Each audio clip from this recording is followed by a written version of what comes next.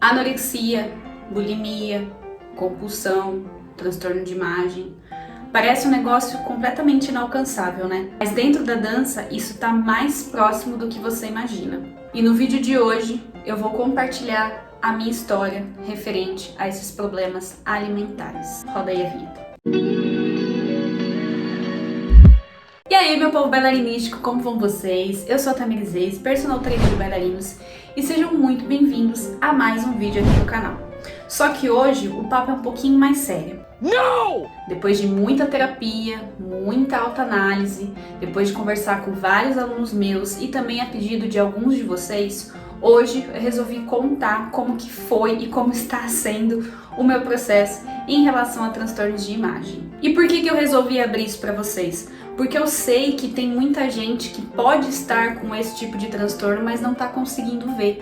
Porque a gente só consegue perceber que a gente está depois que o problema já é basicamente resolvido, ou você precisa olhar um pouco de fora, ou as pessoas te falarem, ou até o seu terapeuta falar. Então, esse vídeo é uma tentativa de despertar um pouquinho isso dentro de quem pode estar com esse tipo de problema e precisa procurar ajuda. Então, antes de eu começar, aproveita aí, se inscreve aqui no canal, ativa o sininho, que toda semana tem vídeo novo, tem vídeos de humor, tem vídeos de conteúdo, tem review, tem análises e tem também alguns papos sérios. Vamos lá, eu vou tentar resumir um pouquinho essa história porque ela é um pouquinho longa e ela vem desde os primórdios lá da minha infância. Eu cresci numa família que eu até falo isso pra minha mãe e é super aberto isso, de que ela nunca foi uma pessoa que gostasse muito de cozinhar. E também uma pessoa que não gosta de ficar na cozinha e não tem muito interesse. Então, o nosso almoço de domingo não era tipo um super banquete feito pela minha mãe e tudo mais. Era sempre alguma coisa comprada. Então, ou era uma lasanha de mercado, ou era um frango assado de mercado. Então, a minha visão referente a coisas gostosas e tudo mais, sempre era alguma coisa comprada do mercado que satisfazia ali a minha vontade. E a minha mãe também nunca foi muito de variar cardápio. Então, era tipo, domingo à noite ela fazia uma panelona de carne e a gente comia a semana inteira aquela mesma carne e aí eu fui acostumando. Então, conforme eu fui crescendo, eu fui vendo que tinham outros sabores, outras coisas, e aí eu queria sempre experimentar. Então, para eu ir num self-service é sempre um problema, porque eu sou sempre muito curiosa, porque eu tô sempre em busca de outros gostos. Foi aí que, quando eu tinha ali por volta dos 13 anos, meu pai tinha mais ou menos uns 49, a gente descobriu que ele tinha problemas de triglicérides e ele já tinha um histórico de colesterol alto. Então, ele precisou passar por um tratamento, a gente precisou fazer uma reeducação alimentar, então o que era tudo muito frito começou a ser um pouco mais grelhado, a gente introduziu os iogurtes e tudo mais. Só que, infelizmente, não foi suficiente e meu pai acabou falecendo nesse ano, foi lá em 2005.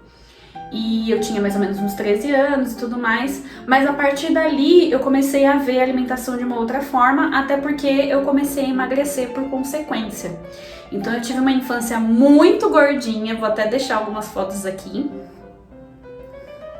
E a partir dos 13 anos foi quando eu comecei a emagrecer e me ver um pouco mais bailarina, já que eu já estava nas pontas e tudo mais. Só que chegou ali por volta dos 16, 17 anos, a rotina de ensaios começou a aumentar muito. Então, de 3 aulas por semana, eu comecei a fazer 8 aulas por semana. E aí eu ficava naquele mesmo patamar alimentar, se não abaixava, porque eu estava com aquela minha cabeça de que eu precisava estar muito mais magra, porque eu sempre tive uma bendita de uma pochetinha. Então, se aquilo não saísse de mim, eu nunca seria a melhor bailarina, a bailarina suficiente e tal. Então, eu comecei a comer menos. Foi então que a minha professora de balé percebeu que eu estava muito cadavérica. Vou até deixar outra foto aqui, ó. Essa aqui é a minha foto mais bizarra. Olha eu hoje, olha como eu tava. E ela falou que eu precisava procurar uma nutricionista porque eu estava muito magra e eu estava começando a perder força. Foi então que eu comecei a procurar nutricionista, fui para uma nutricionista do convênio médico e naquele momento era algo novo, eu já achava que eu tinha feito dieta porque eu tinha meio que comido as coisas que meu pai tinha deixado, a gente ficou quase naquele mesmo ritmo de vez em quando comer um iogurte, alguma coisa grelhada e tudo mais, mas aí ela começou a introduzir outras coisas para que eu engordasse o tanto que deveria ser pro meu peso ideal. Só que depois de um tempo, ela começou a perceber que eu estava engordando um pouquinho mais do que deveria, o que ela tinha mesmo planejado. Então, ela, de uma dieta para engordar, ela voltou a fazer uma dieta para emagrecer, isso num curto período, acho que foi uma coisa de 6 meses, 7 meses, por aí. Só que essa dieta para emagrecer, eu acho que foi um período mais traumático, porque ela me colocou coisas que eu não suportava na época, e também era alguma coisa um pouco fora da realidade. Então, por exemplo, eu fazia aula às 2 da tarde, eu tinha um período ali de 1 hora de descanso e depois eu dava aula em cima de aula, e nesse intervalo de descanso, eu não esqueço até hoje, ela me passou para comer 10 castanhas apenas. Então é óbvio que eu chegava de noite em casa enlouquecida de fome e eu comia tudo que via pela frente. E eu tava muito ansiosa também, muito tensa na época, era muita coisa acontecendo. Então era óbvio que eu descontava em doce, descontava em coxinha, descontava em sorvete, em trufa, em tudo quanto é coisa possível. Foi aí então que no final de 2013 eu decidi parar de dançar, porque a companhia já não estava dando mais resultado, eu precisava ter um emprego nessa vida, pagar as minhas contas, e foi então a época que eu comecei a estudar para o vestibular, e foi a hora que eu parei definitivamente de dançar. E por consequência de parar de dançar, sem o devido destreino, e por todo aquele processo de ansiedade, porque eu dancei a vida toda, então parar é uma novidade muito grande, ir trabalhar é uma novidade maior ainda, eu comecei a engordar exponencialmente.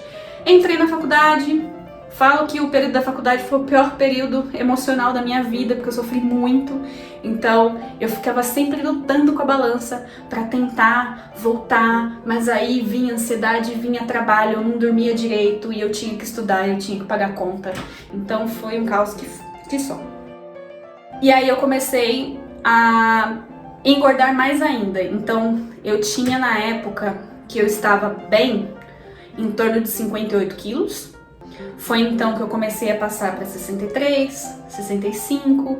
Na faculdade eu estava ali nos 68, 70. Eu lembro que na época da faculdade eu cheguei a atingir 73 quilos e muito mal, muito ansiosa. E mesmo quando eu tinha lá os meus 63 quilos, eu sempre achava que eu estava imensa. Então, sempre foi um problema pra mim me olhar no espelho e ver que eu tava, tipo, sempre imensa, mesmo quando eu não estava.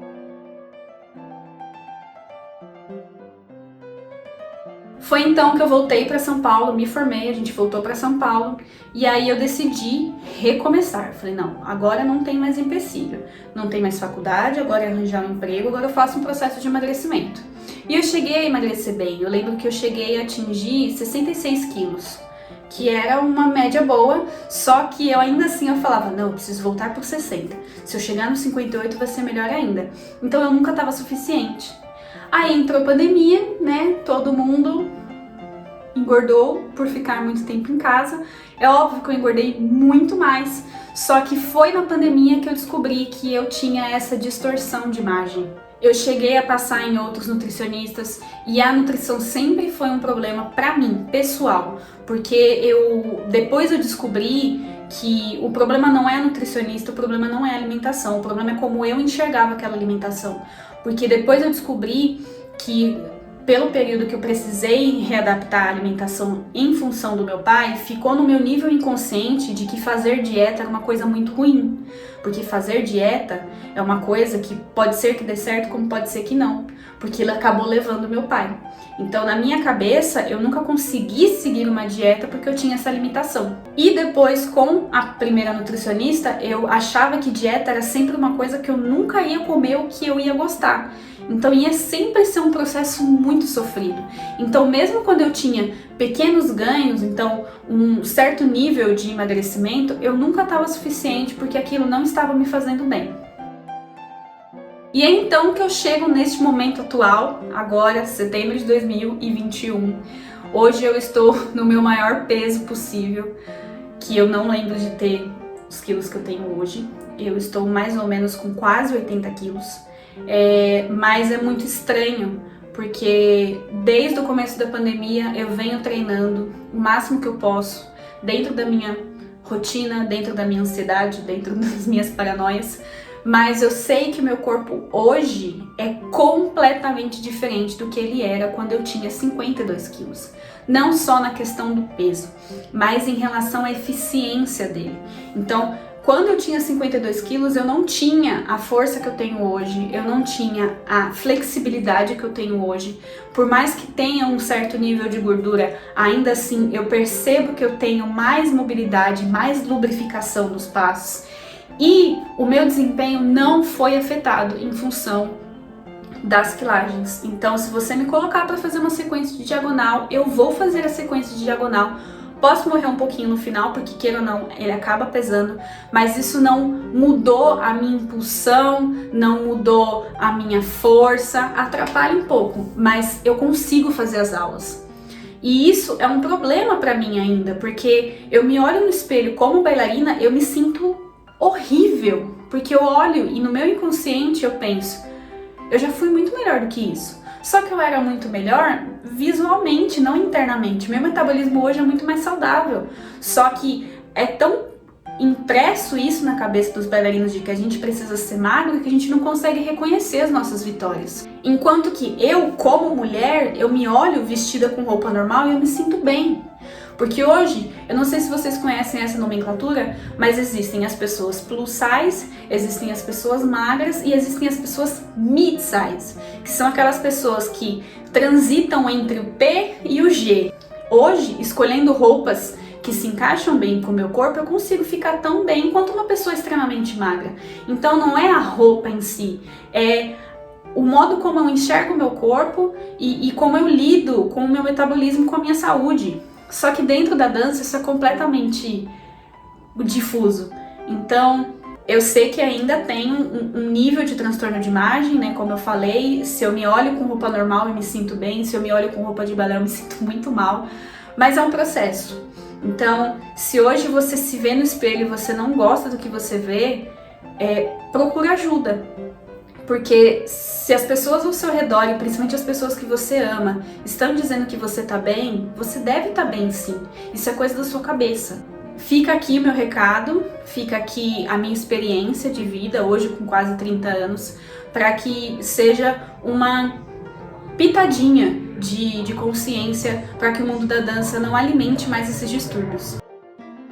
E se você gostou desse vídeo, conhece alguém que já viveu isso, ou você mesmo já passou por isso, comenta aí embaixo, vamos compartilhar um pouco mais essas histórias, porque a gente precisa disseminar mais esse tipo de informação para que a gente acabe não desenvolvendo distúrbios da dança que vão para nossa vida. Porque hoje eu vejo que a dança me trouxe esse tipo de coisa, só que não ficou apenas na dança, eu acabei levando para a vida. Então muito da minha insegurança, da minha falta de confiança, foi por conta desses pequenos fatores. Então, se inscreve aí no canal, ativa o sininho, compartilha com seus amigos, compartilha com seus professores, porque é muito importante eles saberem perceber como que estão os seus alunos, para que a gente consiga trazer uma dança mais saudável. Então, agradeço quem ficou até aqui nesse vídeo e espero vocês semana que vem. Um beijo, tchau, tchau!